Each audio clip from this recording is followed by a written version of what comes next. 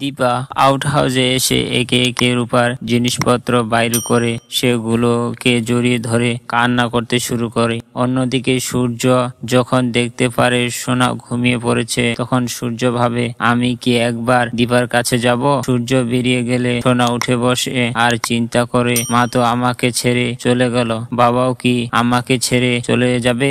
আমি বাবাকে আমার দূরে যেতে দিব না। সোনা আউট হাউসে এসে লুকিয়ে লুকিয়ে দেখতে পারে যে দীপা সূর্যকে জড়িয়ে ধরে কান্না করছে আর বলছে, রূপাকে যদি খুঁজে না পাই তাহলে আমি বাঁচব না। সোনা সবটা শুনে মনে মনে ভাবে, আমার কথা একবারও বলল না। সূর্য হঠাৎ করে বুঝতে পারে নিশ্চয়ই সোনা এখানে এসেছিল। তারপরে সূর্য সোনাকে আটকালে সোনা বলে, কেন এসেছো আমার কাছে? আমার হাতটা ছেড়ে দাও। তোমরা একবারও ভাবলে না আমার ভয় করতে পারে? তখনই অনুজা দীপাকে প্রশ্ন করে যে, এক মেয়ের শোকে তুমি এতটাই বিপর্যস্ত যে আরেক মেয়েকে হারাতে তুমি রাজি? তুমি কেন সোনার দিকে তাকাচ্ছ না বলতো? তোমার কি মনে হয় আর এক মেয়ে ফিরে আসবে? তখনই বীর কান্না করতে শুরু করলে সোনা সূর্যকে জিজ্ঞাসা করে, তুমি কি বীরকে আমার থেকে বেশি ভালোবাসো? সূর্য বলে, এত কথা